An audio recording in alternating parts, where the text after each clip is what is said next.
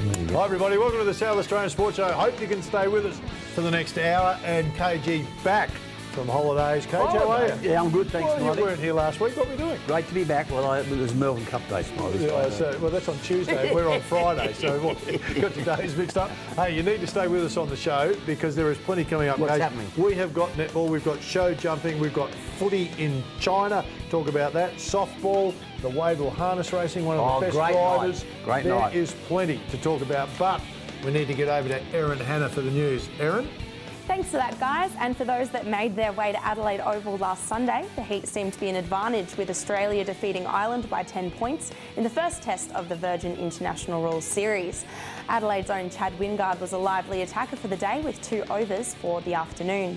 Be sure to tune in this Sunday night when the decider of the 2-match test is played in Perth. And things are looking shaky for Port Adelaide, who will field SANFL reserve sides next year as they continue to lose top players. Woodville West Torrens announced they've signed Magpies trio Lewis Sherrard, Tom Gray and Nathan Rodolph, with Luke Reynolds joining Glenelg earlier this month. The foursome were forced to play most of their season in Port's reserves because of a SANFL rule that only available power players be selected before contracted Magpies. It's set to be an interesting year for Port, so please watch this space. And it's dividing the coaches, but there's been a huge change to junior cricket formats. All SA Metro Junior Associations have adopted Cricket Australia's new rules, which aims to raise participation rates and enjoyment levels. The changes will be introduced slowly over the next 3 years, starting with the under-10s. Reducing the number of players, shortening the length of the pitch, reducing the boundary and modifying the ball and bat sizes is just the start of the ideas to make the game easier for our young ones. But there's evidence that the new format works, with individual players reported to be more active. And an emotional day for local Dylan Stenson, who claimed the tape in the open 550 metre at Sunday's Port Carnival. His coach, Judy Daly, died last week after a long battle with cancer. Partner of Rio Olympics winner Jess Trengove paid tribute to his coach after a big win Sunday. He says without her, he never would have achieved what he has. And a bit of a feel-good story for your Friday. Would you travel 500 kilometres to play the game you love? Well, sheep farmer Ray Shrewdner does that every Saturday when he jumps in the car and drives from Murrayville to Turrup, Burnside Bowling Club. He's won 7 regional titles, 13 association crowns and finished equal third in the SA Singles tournament twice. So the moral of the story, you're never too old and it's never too far to do what you love. And thanks for sticking around SA through the stumbles and fumbles each week in sporting news. I'll see you next year. So back to you guys at the desk. Yes, thanks, Aaron. Outstanding news. KG, time to turn our attention to netball. Of course, Great we love sport. our Thunderbirds. I do. One of the new stars to join the team. Time, though, It's all about to change, Cage. All Well, I about hope to you're change right. on the back of Hope Fiona you're right. Thiemann, who joined us now. Fiona, how are you? I'm good, thank you. Put Thanks some for having pressure me. on the young We lady. want to get straight to it here. We want to put some pressure on the Thunderbirds this year because they're going to rise, Cage. Don't I you hope worry. you're right. Now, Fiona, you've just come back from the Barossa, a bit of a team bonding weekend, not a wine tour. So No. how was the weekend? The weekend, well, it was a 3-day camp, no wine tour, unfortunately. No, it was great. We have a really new group this season, so it was really good for us to get together, start early and really get to know each other, get that connection, sort out our values and I guess really put each other under some pressure and some not necessarily game-like situations, but out of our comfort zone to see how we react under pressure. 6 months, will it be long enough to get your act together with the new players and all that, Fiona? I think if you ask anyone in our team, if we've got 6 months pre-season, that's well long enough. So, yeah, we do have a lot of work to do, but coming off the back of that camp that we had, it was just the feel around the group and just instantly to see that we're all here for the right reasons and just the connection that we felt straight away. So it was great. Let's talk a little bit about the camp. You said you need to get out of your comfort zone. What was the most uncomfortable part of the camp for you? There was a few things along the way. The first thing, not so much for me, but for some of the girls, we got straight put into a high ropes course, and there were some of the girls that were absolutely terrified, but you know, they were telling themselves they love it. Their knees were shaking. I love this, but their knees were shaking. You know, I think Kate Shimon was the first to go up I'll do it, I'll go up. How high? 10 metres maybe. It was up there and then against the tree. Like, but yeah, we did that. We also had an activity we had to do where we shared 3 stories of our life and made made ourselves really vulnerable and had to kind of explain who we are today and how we've got here. So it was really interesting to see that a lot of us have overcome adversity in the past and to get to here. So we've all taken different routes along the way, but to come together finally, and we're here to do a job. All right, let me help you with this. The Richmond Footy Club last year didn't do the ropes, but they did the 3 things where they had to stand in front of the group and say 3 things that made them uncomfortable. So they went on to win the premiership. What sort of things do you say that makes you uncomfortable? I don't like climbing ropes. I don't like standing in front of people talking. Any of the things that make... But some of them, and I'm sure it happened there, we don't know that some of it's fairly intimate stuff that's just shared amongst the group, but it's amazing how it bonds the group really quickly together. Yeah, really quickly, just on the back of that. And that was the last thing we did for the 3 days, and it just sits with you, and it's awesome just to, I guess, things you could go a whole season without even knowing about your teammates, but to really put yourselves on the spot and feel comfortable to share with each other. So, yeah, Fiona, awesome. your story is interesting, your personal story. Now, am I right in saying you represented netball through Scotland? Yes, now, how did all that come about?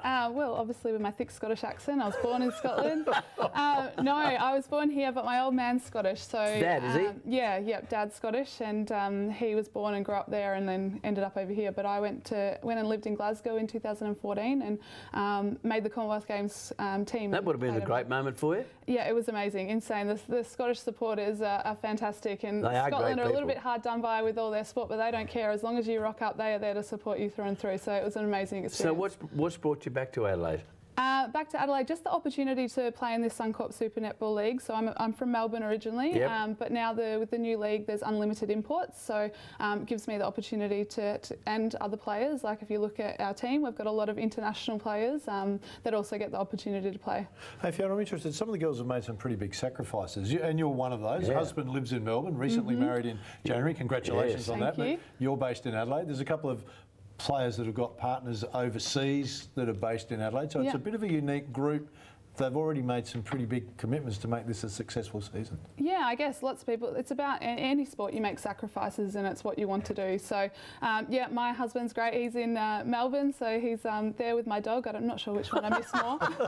Don't say that. It's all right, he's not watching. I've got 3 daughters, so I know it's the dog.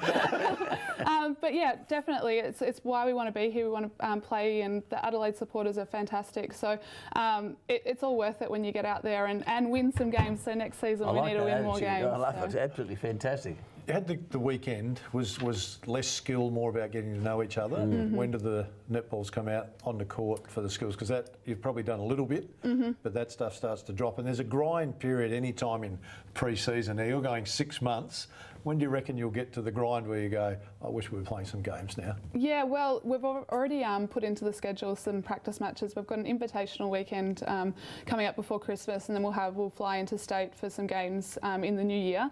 But we've already hit the court. We've got two sessions with the full squad with netballs, everything, training, and 1 specialist session already in our program. So we're on the court. We need to quickly fast track those connections because we do have 7 new players in the team. So we can't just focus on our running and everything and getting fit pre-season. We need to be on court and getting those connections. That's got to be the difficult part, Fiona, just blending together with 7 new people. That's a tough ask. Yeah, a big challenge. And I guess from the back of that camp and opening up to each other, I guess it's the same. If we can do that in that setting, then on the court, if something happens, we can turn and have a conversation about it straight away. We can't talk about it later. We'll talk about it then and fix it straight away. You're still pretty young, Fiona, at 27, but you've also been around long enough to know how things are progressing. What's your feel on how the group's on court going?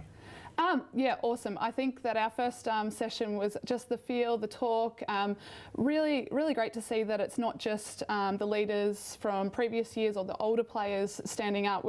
I think a successful team is a team that has their rookie at 18 turns around and tells their oldest player that you need to, toe the line or you need to pull in that ball. So that's the feel that we've got so far. If we can hold on to that and keep going, then I think it's really positive. And to start the season well, Fiona, on a positive note, get on the front foot. That's exactly what the girls will be looking for, to give that confidence. Yeah, exactly. And I think so far, 3rd week into training, I think we can do that. And we rocked up to training last night, 35-degree heat, and we're running outside in the sun. So, and we, put our hands up. I think someone might have broke the line and we did extras afterwards. So we're committed. Yeah, that's committed. And they spoke to the person that broke the line afterwards. Don't you worry about that. Hey, Fiona, I'm interested in when you're talking about, because the coach, even last year when they were losing, was really positive, really upbeat, was really clear in the path that he wanted to go. How have you found working with him? Yeah, Dan's fantastic. He's really creative and he's really clear in what our trainings, what he wants from us in a game situation.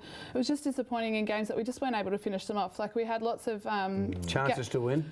Yeah, definitely. Even games like the Premiers just last season, I think we had 6 more shooting attempts than them at a home game at Priceline, and the Pink Army were behind us. But it was just kind of like grasping at that. What is it? What's not finishing over that line? How do you kill it off? Yeah, I think we've all had a really learning year, especially Dan being head coach for the first time. So, yeah, I guess we've had that season under our belt, and yeah, looking forward to 2018. Where do you reckon the big improvement's going to come? Because you touched on it. You had some quarters where it was just blistering. Yeah. And then you had some others that were just devastating, and they're all in the same game. So, where do you think the big improvement will come this season?